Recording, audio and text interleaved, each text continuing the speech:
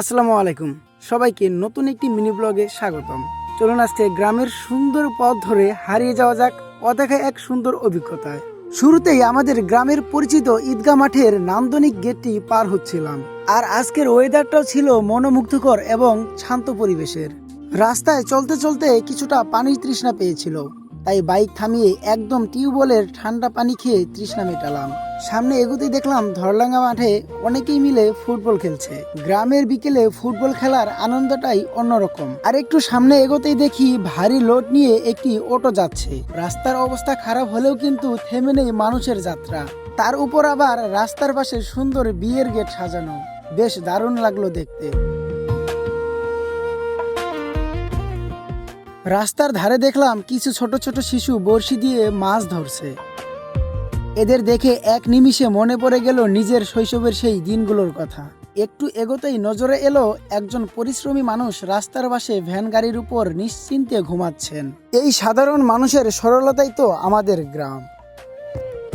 এরপর আমাদের তিলাই মাদ্রাসার পাশ দিয়ে বয়ে যাওয়া রাস্তা ধরে আমরা এগিয়ে চললাম ঘাটপাড়ের উদ্দেশ্যে। চলে আসলাম ঘাটপাড়ে। তাহের কাকু গাড়ি সাইডে রাখলেন, আর আমি নদীর পাড়ের সেই স্নিগ্ধ হাওয়া আর মনোমুগ্ধকর দৃশ্য উপভোগ করছিলাম। হঠাৎ খেয়াল করলাম একজন বৃদ্ধ লোক অত্যন্ত মনোযোগ দিয়ে কি যেন একটা কাগজ পড়ছেন। নদী দেখা শেষ করে এবার রওনা দিলাম পাগলার হাটের দিকে। উদ্দেশ্য গরম গরম সিংড়া খাওয়া। চারপাশের মেঠোপথ দেখতে দেখতে হাটে পৌঁছলাম ঠিকই, কিন্তু গিয়ে দেখি সিংড়ার দোকান বন্ধ। একটু মন খারাপ হলেও হাসি মুখেই আবার রওনা দিলাম। এরপর এসে পৌঁছালাম ধরলাঙ্গা বাজারে। এখানে এসে কিছু সময়ের জন্য বসে থেকে স্থানীয় ফুটবল খেলা উপভোগ করলাম। ভারতের পাশেই নাকি একটি দারুণ বিখ্যাত চায়ের দোকান আছে। খারাপ রাস্তা পেরিয়ে শেষমেশ পৌঁছে গেলাম সেই চায়ের দোকানে। গিয়েই 2 কাপ চায়ের অর্ডার দিলাম।